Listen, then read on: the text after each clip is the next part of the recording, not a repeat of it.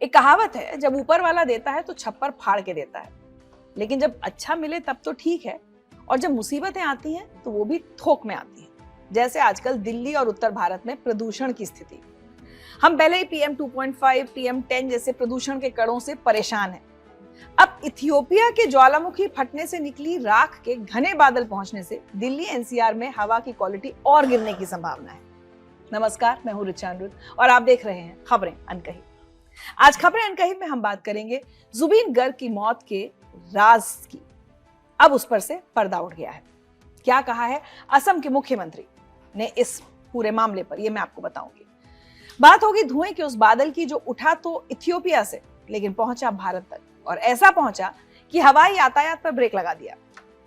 बात होगी भारत के उस मिसाइल टेस्ट की जिसने चीन के कान खड़े कर दिए हैं।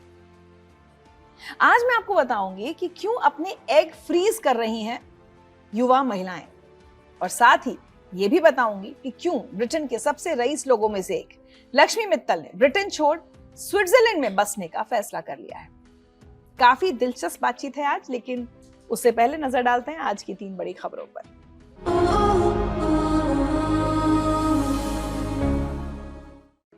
जुबीन गर्ग की मौत कोई हादसा नहीं बल्कि हत्या थी। ये बड़ा खुलासा असम के CM हिमंता बिस्वा शर्मा ने विधानसभा में किया। इस मामले की जांच कर रहे आयोग ने गवाहों और सबूत जुटाने की समय सीमा बढ़ाकर 12 दिसंबर कर दी है। रामनगरी अयोध्या आज ऐतिहासिक पल की गवाह बनी। प्रधानमंत्री मोदी ने श्री राम जन्मभूमि मंदिर के शिखर पर धर्म ध्वजा फहराया और इसके साथ ही राम मंदिर का निर्माण पूरा हो गया। हजारों श्रद्धालु और साधु संत इस पल के गवाह बने। नई सरकार के गठन के बाद आज नीतीश कैबिनेट की पहली बैठक हुई, जिसमें अगले 5 साल के अंदर यानी 2030 तक 1 करोड़ युवाओं को सरकारी नौकरी और रोजगार देने का महत्वाकांक्षी लक्ष्य निर्धारित किया गया है।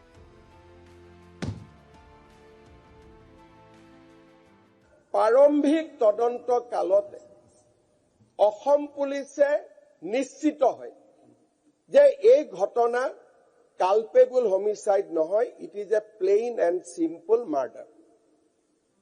असम के मुख्यमंत्री हिमंता बिस्वा शर्मा का यह बयान इस बात का पक्का सबूत है कि नॉर्थ ईस्ट की आवाज जुबीन गर्ग का मर्डर किया गया था। एक ऐसी आवाज जो लाखों लोगों के दिलों की धड़कन थी। उसकी मौत पर सरकार इस तरह बड़ा खुलासा करे तो सवाल उठना लाजमी है। आखिर पूरा असम और नॉर्थ ईस्ट जानना चाहता है कि आखिर सच क्या है। इस मामले की गहराई में जाएं तो जुबीन गर्ग का निधन पहले एक हादसे के तौर पर माना गया था। पुलिस की शुरुआती रिपोर्ट में दुर्घटना की बात सामने आई। सिंगापुर प्रशासन ने भी इसे एक सामान्य हादसा बताया था और आधिकारिक पोस्टमार्टम रिपोर्ट में मौत का कारण पानी में डूबना बताया गया था। लेकिन लगातार बढ़ते शक, मीडिया में उठते सवाल और परिवार की बेचैनी के कारण सरकार ने जांच असम पुलिस की CID को सौंपी। साथ ही एक आयोग का भी गठन किया गया जो 3 नवंबर से लोगों के बयान और कागज इकट्ठा कर रहा है। असम पुलिस की जांच पड़ताल के बाद यह साबित हुआ कि जुबीन दा की मौत हादसा नहीं, हत्या थी। हालांकि अभी तक आयोग ने अपनी रिपोर्ट सरकार को नहीं सौंपी है। पहले आयोग को अपनी रिपोर्ट 21 नवंबर तक देनी थी, लेकिन अब सबूत जमा करने और गवाहों की रिकॉर्डिंग की समय सीमा बढ़ाकर 12 दिसंबर कर दी गई है। आयोग का काम सिर्फ घटना की सतही जांच करना नहीं है, उसे जुबीन की मौत से पहले और बाद की हर कड़ी जोड़नी है। ये देखना है कि सभी ने अपनी जिम्मेदारी ठीक से निभाई, कोई लापरवाही तो नहीं हुई। साथ ही ये भी जांच करनी है कि कोई बाहरी व्यक्ति, कोई गलत मंशा, कोई प्लान या कोई ऐसा कदम तो नहीं था जिसने इस घटना को प्रभावित किया हो। यानी आयोग को साफ करना है कि मौत के पीछे कोई छुपा हुआ पहलू या साजिश तो नहीं थी। हालांकि अब जब आयोग ने सबूत देने और गवाहों के बयान की अंतिम तारीख आगे बढ़ा दी है तो सवाल भी उठ रहे हैं। क्या गवाह डरे हुए हैं या फिर उनके पास वाकई सच छुपा है? कुछ रिपोर्ट्स में यह भी सामने आया है कि जुबीन कुछ पर्सनल और प्रोफेशनल दोनों ही विवादों में उलझे थे, लेकिन सरकार या जांच एजेंसियों ने अभी इस एंगल पर खुलकर कुछ नहीं कहा है। असम के लोग यही पूछ रहे हैं कि क्या पर्दे के पीछे कोई बड़ा नाम शामिल है।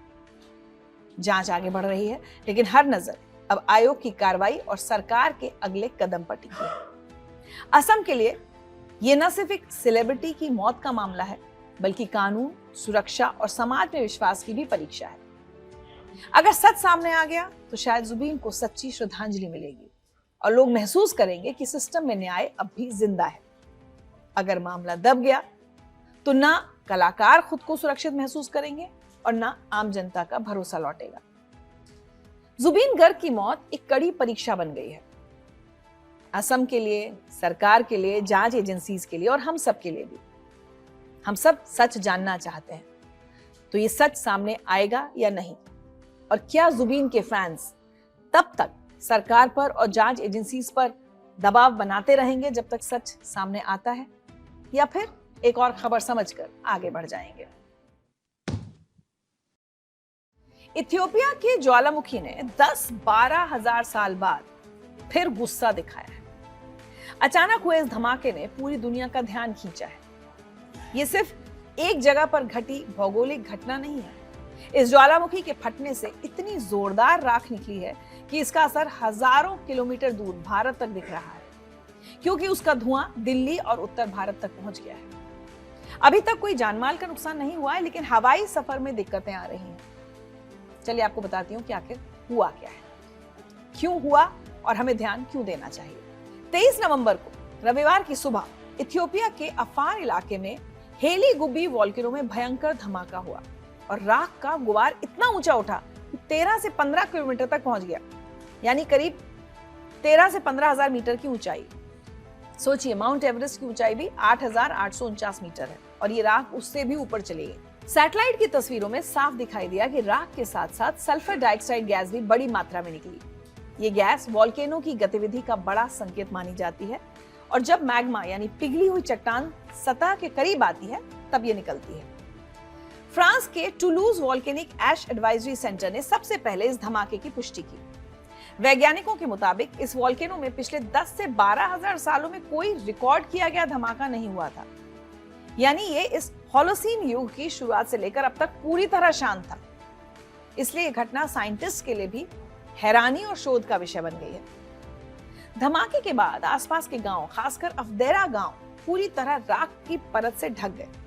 स्थानीय प्रशासक मोहम्मद सईद ने बताया कि अभी तक किसी इंसान या जानवर की जान तो नहीं गई, लेकिन गांव की राख से ढकी हुई जमीन पर मवेशियों के लिए चारा खत्म होने का खतरा बन गया है। वहां रहने वाले लोग मुख्य रूप से पशुपालन पर निर्भर हैं, इसलिए पैसे का नुकसान होने की आशंका बनी हुई है। अफदेरा गांव के एक शख्स ने बताया कि उन्हें अचानक एक जोरदार धमाके की आवाज सुनाई दी और एक झटका महसूस हुआ। ऐसा लगा जैसे अचानक कोई बहुत बड़ा बम फट गया हो, धुएं और राख के साथ। दनाकिल डेजर्ट, जो एक मशहूर पर्यटक स्थल है, उसके पास के इलाके में 24 नवंबर तक राख की परत जमी रही, जिसकी वजह से टूरिस्ट और गाइड्स गांव में ही फंस गए। अब सबसे बड़ा सवाल, आखिर इतने हजार साल बाद क्यों जागा ये वॉल्केनो? तो इसका जवाब साइंटिफिक है, लेकिन आपको आसान तरीके से समझाने की कोशिश करती हूँ। यहाँ धरती के नीचे गैस और लावा हजारों साल से जमा था। दबाव जब बहुत ज्यादा बढ़ गया तो जमीन फटी और ये धमाका हुआ। Hayli Gubbi east African rift zone में आता है, जहां अफ्रीकन, सोमाली और अरेबियन प्लेट्स आपस में अलग हो रही हैं। जैसे जैसे धरती की परत अलग होती है, ये पतली होती जाती है, उसमें क्रैक्स आते हैं और नीचे से गर्म चट्टानें ऊपर उठती हैं, जो पिघलकर मैग्मा बन जाती है। ये इलाका वैसे भी ज्वालामुखियों के लिए जाना जाता है, मगर इतना बड़ा विस्फोट बहुत कम ही देखने को मिलता है। यहाँ 10 से 12 हजार साल जो अंदाजा लगाया जा रहा है, इसमें ऐसा नहीं हुआ था। नॉर्थ कैरोलिना स्टेट यूनिवर्सिटी की वॉल्केनोलॉजिस्ट एरियाना सोल्डाटी ने समझाया कि जब तक मैग्मा बनने की परिस्थितियां बनी रहती हैं, तब तक एक ज्वालामुखी 1000, 10,000 या उससे भी ज्यादा सालों बाद फिर से फट सकता है। यानी सिर्फ इसलिए कि कोई वॉल्केनो हजारों साल से शांत है, इसका मतलब ये नहीं कि वो हमेशा के लिए खत्म हो गया है। यूनिवर्सिटी ऑफ ब्रिस्टल की अर्थ साइंटिस्ट जूलियट बिग्स ने बताया कि उन्हें शक है कि पिछले 10,000 सालों में शायद इस वॉल्केनो में कुछ छोटी मोटी एक्टिविटीज हुई होंगी जो रिकॉर्ड नहीं हो पाई। सैटेलाइट इमेजेस में कुछ संकेत भी मिले थे कि हाल के दिनों में इससे लावा निकला हो सकता है। जुलाई 2025 में पास के ही अर्टा एल वॉल्केनो में धमाका हुआ था और उसी समय सैटेलाइट डेटा ने दिखाया कि करीब 18 मील नीचे तक मैग्मा का दबाव हेली गुब्बी के नीचे भी बढ़ा था। इसके अलावा वॉल्केनो की चोटी पर सफेद धुएं के बादल दिखे थे। ये सब संकेत थे कि कुछ होने वाला है। धमाके से कुछ दिन पहले भी अफार इलाके में कई बड़े भूकंप और भूकंप के बाद के झटके आए थे, जो वॉल्केनो के जागने का संकेत दे रहे थे। यानी प्रकृति ने पहले ही चेतावनी दे दी थी। लेकिन इतने दूर के इलाके में निगरानी बहुत कम है, इसलिए लोकल लेवल पर सावधानी बरतना मुश्किल था। अब बात करते हैं ज्वालामुखी में हुए विस्फोट के असर की, जो सिर्फ अफ्रीका तक सीमित नहीं है।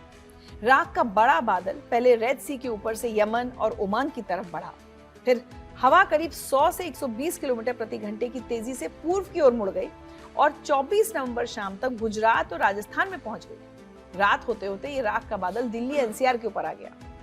इसका सबसे बड़ा असर हवाई यातायात पर पड़ रहा है। राख के बादल 15 से 45 हजार फीट की ऊंचाई पर हैं, जिसने फ्लाइट्स के लिए बड़ा खतरा पैदा कर दिया है। डीजीसीए ने सभी एयरलाइंस को चेतावनी जारी कर दी है कि वो राख से प्रभावित इलाकों और ऊंचाइयों से दूर रहें, उड़ानों के रूट बदले और इंजन्स की जांच करें। डीजीसीए ने फ्लाइट डिस्पैच टीम्स को लगातार वॉल्केनिक ऐश एडवाइजरीज, नोटैम्स और मौसम से जुड़े डेटा की निगरानी करने को कहा है। Air India, Akasa air, Indigo और डच एयरलाइंस ने कई उड़ानें रद्द कर दी हैं। खासकर मिडिल ईस्ट, जेद्दा, कुवैत, अबू धाबी की उड़ानें सबसे ज्यादा प्रभावित हुई हैं। एयर इंडिया ने दिल्ली से टोक्यो जाने वाली एक फ्लाइट को टेक ऑफ से ठीक पहले कैंसिल कर दिया। केएलएम ने एम्स्टर्डम से दिल्ली आने वाली फ्लाइट रद्द कर दी। हजारों यात्री एयरपोर्ट पर फंसे रहे। कई लोगों की बिजनेस मीटिंग्स, पारिवारिक कार्यक्रम और छुट्टियों के प्लान्स बिगड़ गए। लेकिन क्या किया जा सकता है? ये एक ऐसी स्थिति जो किसी के भी हाथ में नहीं है। डीजीसीए की एडवाइजरी में साफ कहा गया कि अगर हालात बिगड़ते हैं तो एयरपोर्ट पर ऑपरेशंस रोके या टाले जा सकते हैं। एयरपोर्ट ऑपरेटर्स को कहा गया कि अगर राख एयरपोर्ट को प्रभावित करती है तो रनवे, टैक्सीवे और पार्किंग की तुरंत जांच करें। सफाई पूरी होने तक ऑपरेशंस बंद रखने की सलाह दी गई है। यहाँ आप लोगों के इस दिमाग में एक सवाल ये भी आ सकता है कि इस राख से प्लेन को क्या खतरा? दरअसल ज्वालामुखी की राख बहुत बारीक कणों से बनी होती है जो हवा में तैरते हैं। जब ये कण विमान के इंजन में जाते हैं तो वहां का टेम्परेचर इतना ज्यादा होता है कि राख पिघल जाती है। फिर ये पिघली हुई राख इंजन के ठंडे हिस्सों में जमा होकर जम जाती है, जिससे इंजन की परफॉर्मेंस खराब हो सकती है। कई बार तो इंजन रुक जाता है या पूरी तरह से बंद हो सकता है। 1980 और 1982 में इंडोनेशिया के माउंट गैलुंगुंग वोल्केनो से निकली राख में फंसे विमानों के इंजन पूरी तरह बंद हो गए थे। सौभाग्य से जब विमान नीचे उतरे तो राख के बादल छट गए और इंजन दोबारा चालू हो गए। इसके अलावा ये राख विंडस्क्रीन, पंखों के किनारों और इंजन के ब्लेड्स को भी घिस देती है। फिल्टर्स और पाइप्स चोक हो सकते हैं और सल्फर डाइऑक्साइड से बनी एसिटिक बूंदें मेटल शीट्स पर जंग लगा सकती हैं। यानी ये सिर्फ इंजन की नहीं बल्कि पूरे विमान की सुरक्षा का मामला है। अब इसमें रिस्क नहीं ली जा सकती। इसलिए डीजीसीए ने सभी एयरलाइन से कहा कि अगर उन्हें राख का सामना करना पड़े, जैसे इंजन की परफॉर्मेंस में उतार चढ़ाव या कैबिन में धुआं या कोई महक, तो तुरंत रिपोर्ट करें। पायलट्स को निर्देश दिया गया कि वो प्रभावित इलाकों से बचें और जरूरत पड़े तो वापस मुड़ जाएं। इथियोपिया से निकली राख का असर सिर्फ भारत तक सीमित नहीं रहा। पहले ये यमन और ओमान के ऊपर से गुजरी, फिर पाकिस्तान, नेपाल, बांग्लादेश और यूएई जैसे देशों में भी इसका असर देखा। गल्फ देशों से जुड़ी कई इंटरनेशनल फ्लाइट्स प्रभावित हुई। यूरोप से आने वाली कुछ फ्लाइट्स भी रूट बदलने को मजबूर हुई। सैटेलाइट इमेजेस में दिखा कि राख और सल्फर डाइऑक्साइड के बादल तेजी से उत्तर भारत की ओर बढ़े। आईएमडी ने कहा कि भारतीय शहरों पर इसका असर कुछ घंटों तक ही रहने की संभावना है, क्योंकि ये बादल तेजी से आगे बढ़ रहा है। लेकिन एविएशन सेक्टर के लिए खतरा कुछ दिनों तक बना रह सकता है, जब तक राख पूरी तरह फैल नहीं जाती या नीचे नहीं बैठ जाती। फिलहाल वैज्ञानिक लगातार निगरानी कर रहे हैं कि क्या इस वोल्केनो में फिर से कोई गतिविधि हो सकती है। ये घटना हमें फिर से अलर्ट कर रही है कि हम चाहे कितने भी मॉडर्न हो जाएं, कितना भी विकास कर लें, प्रकृति की शक्ति के आगे हमें विनम्रता से सर झुकाना पड़ता है। 10,000 साल की नींद के बाद जागा ये वोल्केनो सिर्फ एक खबर नहीं है, ये एक याद दिलाने वाली घटना है कि धरती जीवित है, सांस ले रही है और कभी भी इंसानों को अपनी ताकत दिखा सकती है। हमें बस तैयार रहना है, समझदारी से काम लेना है और साइंस की बात सुननी है, तभी हम ऐसी चुनौतियों का सामना कर सकते हैं। हिंद महासागर में आजकल हलचल तेज है। चीन के 3 जासूसी जहाज भारत के पानी के करीब घूम रहे हैं और ये बात बिल्कुल सामान्य नहीं है, क्योंकि भारत अंडमान निकोबार के पास अपनी मिसाइल का टेस्ट करने की तैयारी में है। और अब सवाल है, क्या चीन भारत की इस तैयारी की जासूसी कर रहा है? दरअसल भारत ने कुछ दिन पहले नोटम जारी किया था। नोटम यानी नोटिस टू एयरमैन। इसका मतलब होता है कि किसी खास इलाके में हवाई जहाज या किसी तरह की फ्लाइट नहीं उड़ेगी। ये नोट है 25 से 27 नवंबर तक के लिए है। इलाका अंडमान निकोबार के आसपास। जोन की दूरी करीब 490 किलोमीटर है, यानी भारत कोई बड़ा मिसाइल टेस्ट करने वाला है। माना जा रहा है कि ये BrahMos anti ship cruise missile का एक्सटेंडेड वेरिएंट हो सकता है, क्योंकि इसकी रेंज भी 490 किलोमीटर के आसपास है। ये मिसाइल समुद्र की सतह के बिल्कुल नजदीक उड़ती है और दुश्मन के जहाज को बहुत सटीकता से मार गिराती है। इसकी स्पीड इतनी ज्यादा है कि रडार को भनक लगने से पहले टारगेट से टकरा जाती है। और अब चीन के 3 जासूसी जहाज इसी इलाके में घूम रहे हैं। पहला जहाज है शी यान 6। ये अंडमान के सबसे नजदीक है। ये हाल ही में मलक्का स्ट्रेट से हिंद महासागर में घुसा है। दूसरा है शीन ही यी हाओ। ये अंडमान निकोबार के दक्षिण में ऑपरेट कर रहा है। और तीसरा लेनहाई 201। ये मालदीव के पास है और समुद्र की मैपिंग कर रहा है। ये तीनों जहाज बहुत एडवांस्ड हैं। ये समुद्र के नीचे 3D नक्शा बना सकते हैं, पनडुब्बी के लिए जरूरी डेटा जुटा सकते हैं, और सबसे खतरनाक बात, ये हवा में उड़ने वाली मिसाइलों और दूसरे हथियारों की भी जासूसी कर सकते हैं। यानी भारत अगर अपनी मिसाइल लॉन्च करता है तो चीन उसकी स्पीड, रेंज, टेक्नोलॉजी सब कुछ पकड़ सकता है। अब सोचिए, आप अपनी ताकत दिखाने जा रहे हो और सामने वाला पूरी तैयारी से बैठकर आपकी हर हरकत नोट कर रहा हो। अच्छा तो नहीं लगेगा आपको? भारत के लिए ये सुरक्षा का सवाल है। अगर चीन भारत की मिसाइल का पूरा डेटा जान लेगा तो भविष्य में वो उसका तोड़ भी निकाल सकता है, और ये भारत की रक्षा रणनीति के लिए बड़ा झटका होगा। इसलिए अब संभावना ये भी है कि भारत अपना टेस्ट टाल सकता है, या फिर पहले इन जासूसी जहाजों को वहां से हटवाने की कोशिश करेगा, क्योंकि एक मिसाइल का टेस्ट बहुत महंगा होता है और उसका डेटा बेहद संवेदनशील। वैसे ये पहली बार नहीं है कि चीन हिंद महासागर में अपने जहाज भेज रहा हो। पिछले कुछ सालों में चीन लगातार इस इलाके में एक्टिव हो रहा है। ऐसा इसलिए क्योंकि हिंद महासागर भारत का प्राकृतिक क्षेत्र माना जाता है। यहाँ भारत की नौसेना की मजबूत पकड़ है और चीन इसी पकड़ को कमजोर करना चाहता है। चीन ने श्रीलंका में हम्बनटोटा पोर्ट लिया, पाकिस्तान में ग्वादर पोर्ट पर निवेश किया, म्यांमार, बांग्लादेश, मालदीव सब जगह चीन पैर पसार रहा है। और अब ये जासूसी जहाज, ये सब चीन की स्ट्रिंग ऑफ पर्ल स्ट्रैटेजी का हिस्सा है, यानी भारत के चारों तरफ एक माला की तरह अपनी मौजूदगी बनाना। अब देखना यह है कि भारत क्या फैसला लेता है। भारतीय नौसेना इन जहाजों पर पूरी नजर रख रही है। हो सकता है कि भारत डिप्लोमेटिक चैनल के जरिए चीन से इन जहाजों को हटाने की मांग करे, या फिर अपने टेस्ट को आगे बढ़ा दे। लेकिन एक बात साफ है, हिंद महासागर में हलचल बढ़ गई है और ये भारत के लिए सुरक्षा का बड़ा मसला है, क्योंकि हमारे दरवाजे पर जासूसी हो रही है, तो हमें अलर्ट तो रहना होगा। जिस देश में लक्ष्मी मित्तल जैसा बिलियनियर बिजनेसमैन रहना पसंद ना करे, वहां चल क्या रहा है? जी हाँ, ब्रिटेन के सबसे मशहूर और अमीर भारतीय बिजनेसमैन लक्ष्मी मित्तल अब यूके छोड़ रहे हैं। सिर्फ मित्तल नहीं, कई और अमीर लोग भी ब्रिटेन को अलविदा कह रहे हैं, तो कुछ कह चुके हैं। सवाल उठता है कि आखिर ऐसा क्यों हो रहा है? तो इसका जवाब है टैक्स। ब्रिटेन में लेबर पार्टी की गवर्नमेंट ने अमीरों पर टैक्स का बोझ बढ़ा दिया है। नए वेल्थ टैक्सेस यानी दौलत पर टैक्स इतनी तेजी से बढ़ रहे हैं कि कई बड़े बिजनेस फैमिलीज और बिलियनियर्स अब यहाँ खुद को असुरक्षित महसूस करने लगे हैं। लक्ष्मी मित्तल ने अब स्विट्जरलैंड में अपनी टैक्स रेजिडेंसी शिफ्ट कर ली है, जिसका मतलब है कि कानूनी तौर पर अब मित्तल की ग्लोबल इनकम और एसेट्स पर स्विट्जरलैंड के टैक्स रूल्स लागू होंगे, यूके के नहीं। इसके अलावा वो अपना ज्यादातर वक्त दुबई में बिताएंगे। सोचिए, 30 साल यूके में रहने के बाद ये फैसला लेना कितना बड़ा कदम होगा। लेकिन जब आपके कमाए पैसे पर सरकार हर साल और ज्यादा हिस्सा मांगने लगे, तो कोई क्यों रुकेगा? मित्तल साहब अकेले नहीं।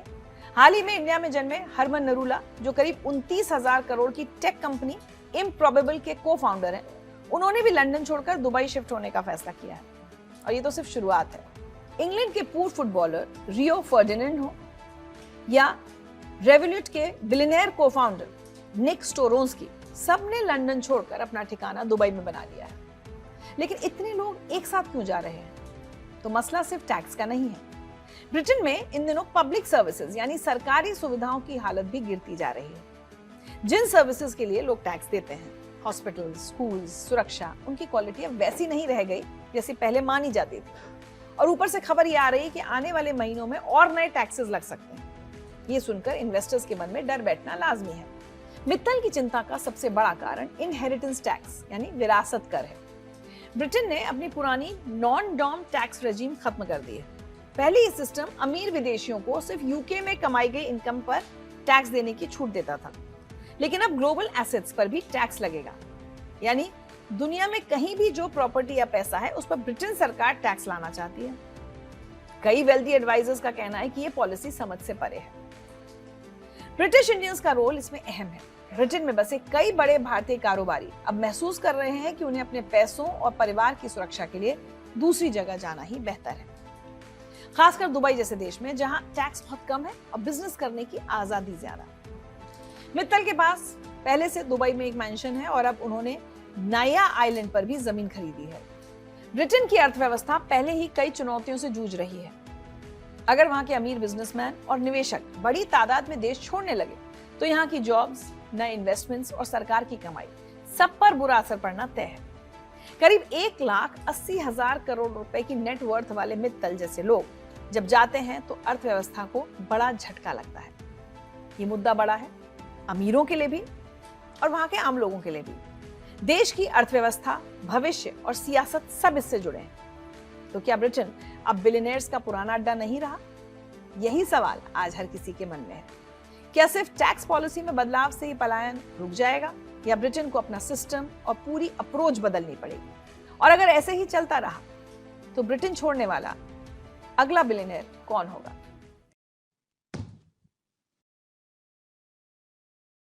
हाल ही में साउथ के सुपरस्टार रामचरण की पत्नी उपासना कोनेडेला ने आईआईटी हैदराबाद में एक ऐसी बात कही जिसकी चर्चा पूरे देश में हो रही है।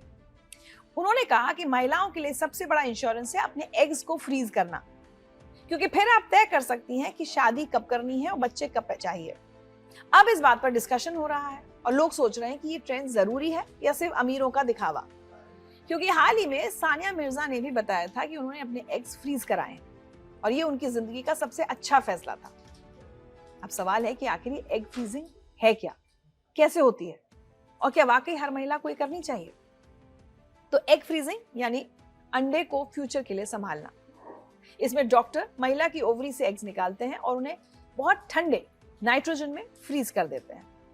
जब महिला चाहे तब वो अपने फ्रोजन एग से बच्चों के लिए कोशिश कर सकती है। साफ शब्दों में कहें तो ये एक तरह का बैकअप प्लान है जिससे महिलाएं अपनी फर्टिलिटी को भविष्य के लिए सेव करके रख सकती हैं।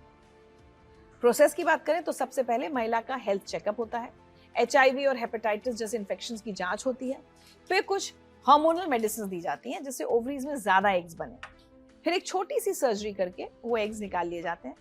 ये सब पेनलेस एनेस्थीसिया में होता है और पूरा प्रोसेस जल्दी खत्म हो जाता है।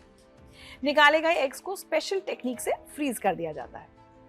इतिहास में झांकें तो पहली बार 1986 में फ्रोजन एग से बच्चा पैदा हुआ था, लेकिन शुरुआती दिनों में सफलता दर बहुत कम थी, क्योंकि एग्स शरीर की सबसे बड़ी कोशिका है और उसमें पानी की मात्रा बहुत ज्यादा होती है। जब इसे फ्रीज किया जाता था तो अंदर बर्फ के क्रिस्टल्स बन जाते थे और कोशिका डैमेज हो जाती थी। 1997 में ICSI तकनीक का इस्तेमाल शुरू हुआ, जिसमें फ्रोजन एग को स्पर्म से फर्टिलाइज करना आसान हो गया। फिर 2007 में विट्रिफिकेशन तकनीक आई जो पुरानी स्लो फ्रीजिंग से बेहतर थी। इसके बाद एग्स का सर्वाइवल रेट करीब 100% तक पहुंच गया और एग फ्रीजिंग वाकई में कारगर बन गई। अब सवाल आता है कि फ्रोजन एग से प्रेगनेंसी कैसे होती है? जब महिला बच्चा पैदा करने के लिए तैयार होती है तो फ्रोजन एग्स को लिक्विड नाइट्रोजन से बाहर निकाला जाता है, उन्हें खास गर्म सॉल्यूशन में रखा जाता है, धीरे धीरे टेम्परेचर बढ़ाया जाता है। ये पूरी प्रक्रिया को थॉइंग प्रोसेस कहा जाता है, जो 1 घंटे से कम समय में पूरी हो जाती है। इसके बाद डॉक्टर्स ये चेक करते हैं कि कौन से एग सही सलामत बचे हैं। फिर इंजेक्शन के जरिए हर अंडे में पार्टनर या डोनर के स्पर्म को इंजेक्ट किया जाता है। ये जरूरी है क्योंकि फ्रीजिंग और थॉइंग प्रोसेस के बाद एग की बाहरी परत थोड़ी सख्त हो जाती है। फर्टिलाइजेशन के बाद एम्ब्रियो बनता है, जिसे फिर महिला के यूट्रस में ट्रांसफर किया जाता है।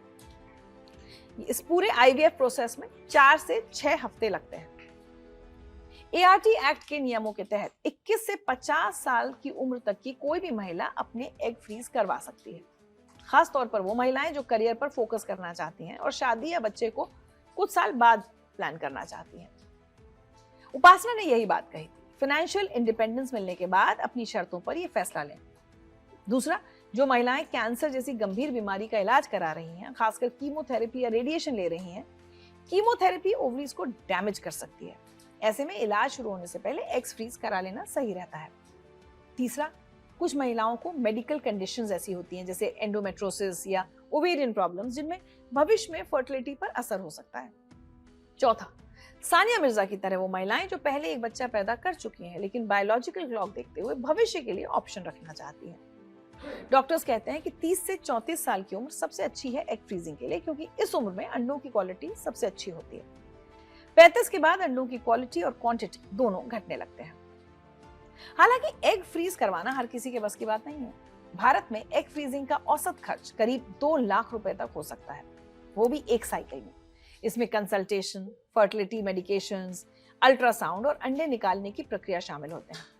दिल्ली, मुंबई जैसे बड़े शहरों में खर्च 1.5 से 2.5 लाख तक हो सकता है, जबकि छोटे शहरों में 80,000 से 1,80,000 तक। लेकिन बात यहीं खत्म नहीं होती।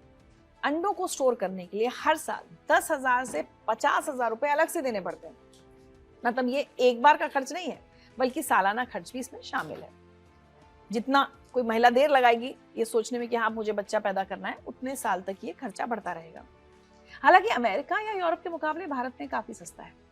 इस प्रक्रिया में अच्छा खासा पैसा खर्च होता है, इसलिए उपासना का वीडियो वायरल होने के बाद उन्हें जमकर ट्रोल किया जा रहा है।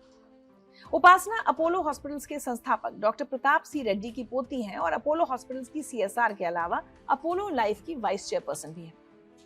उपासना का वीडियो 17 नवंबर को सोशल मीडिया पर पोस्ट हुआ और एक ही दिन में वायरल हो गया। कुछ लोगों ने इसे महिलाओं की आजादी से जोड़कर इसका समर्थन किया, जबकि कईयों ने इसे अमीरों वाली सलाह बताया। एक यूजर ने लिखा कि आप करोड़ों में खेलती हैं, लेकिन आम लड़कियां लाखों रुपए खर्च करके एग फ्रीजिंग नहीं कर सकती। वहीं दूसरे ने कहा कि यह सलाह देना आसान है, लेकिन इसमें मेडिकल रिस्क भी है। एक और यूजर ने लिखा कि ऐसा लगता है कि आप अपोलो के IVF और एग फ्रीजिंग बिजनेस का प्रमोशन कर रही हैं। इस बहस में जोहो के फाउंडर श्रीधर वेम्बू भी कूद गए। उन्होंने उपासना की बात का विरोध करते हुए कहा कि मैं तो युवाओं को सलाह देता हूं कि वो 20s यानी 20 से 29 साल की उम्र में ही शादी करें और बच्चे करें। ये समाज और परिवार दोनों के लिए अच्छा है। हालांकि इनकी पोस्ट पर इनको भी बहुत ट्रोल किया है और महिलाओं ने खास तौर पर बहुत विरोध जताया है। बहरहाल, जैसा कि एक यूजर ने लिखा कि इस प्रोसेस में रिस्क तो है। हार्मोनल इंजेक्शन से पेट में दर्द, सूजन, उल्टी जैसा फील हो सकता है। प्रोसेस में इन्फेक्शन, ब्लीडिंग का भी थोड़ा खतरा रहता है। और सबसे जरूरी बात, कोई गारंटी नहीं है कि हर महिला को फ्रोजन एग से बच्चा मिलेगा। 30 से 34 की उम्र में फ्रीज किए गए अंडों से सफलता दर 60 से 80% है, लेकिन 40 के बाद फ्रीज किए गए अंडों में यह 30% से भी कम हो जाती है। इतना सब होने के बावजूद एग फ्रीजिंग को आमतौर पर सुरक्षित माना जाता है और गंभीर कॉम्प्लिकेशंस की संभावना 2.5% से कम होती है। तो अब सवाल यह है कि क्या वाकई हर महिला को ये करवाना चाहिए? तो जवाब इतना सीधा नहीं है। ये एक महंगी प्रक्रिया है और इसमें मेडिकल रिस्क भी है। अगर आप 30 से 34 साल की उम्र में हैं, करियर पर फोकस करना चाहती हैं, या मेडिकल कारणों से फर्टिलिटी पर खतरा है, या फिलहाल आपका शादी करने का मन नहीं है, गृहस्थी बसाने का मन नहीं है, तो एक अच्छा ऑप्शन हो सकता है। लेकिन आपको याद रखना होगा कि ये कोई मैजिक सॉल्यूशन नहीं है, सफलता की गारंटी नहीं है और हर किसी के लिए जरूरी भी नहीं। उपासना और सानिया जैसी सेलिब्रिटीज के लिए ये आसान है। उनके पास पैसे हैं, रिसोर्सेज हैं, अच्छी सुविधाएं हैं, लेकिन आम महिलाओं के लिए ये एक बड़ा फाइनेंशियल बोझ हो सकता है। इसलिए फैसला लेने से पहले अपने डॉक्टर से खुलकर बात करें, अपनी उम्र, अपने स्वास्थ्य और अपनी आर्थिक स्थिति को ध्यान में रखें और तभी कोई कदम उठाएं। तो खबरें अनकही में आज मेरे साथ इतना ही, लेकिन चलते चलते आपको दिखाती हूँ रामनगरी अयोध्या से आई भव्य तस्वीरें। अयोध्या के राम मंदिर निर्माण का कार्य आज संपूर्ण हो गया। प्राण प्रतिष्ठा के 673 दिन बाद प्रधानमंत्री मोदी और RSS प्रमुख मोहन भागवत ने मंदिर के शिखर पर ध्वजारोहण किया। सुबह 11:50 पर अभिजीत मुहूर्त में बटन दबाते ही 2 किलो का केसरिया ध्वज 161 फीट ऊंचे शिखर पर लहराने लगा। प्रधानमंत्री भाव विभोर हो गए। उन्होंने धर्म ध्वजा को हाथ जोड़कर प्रणाम किया। ध्वजारोहण से पहले प्रधानमंत्री मोदी ने मोहन भागवत के साथ मंदिर की पहली मंजिल पर बने राम दरबार में पूजा और आरती भी की।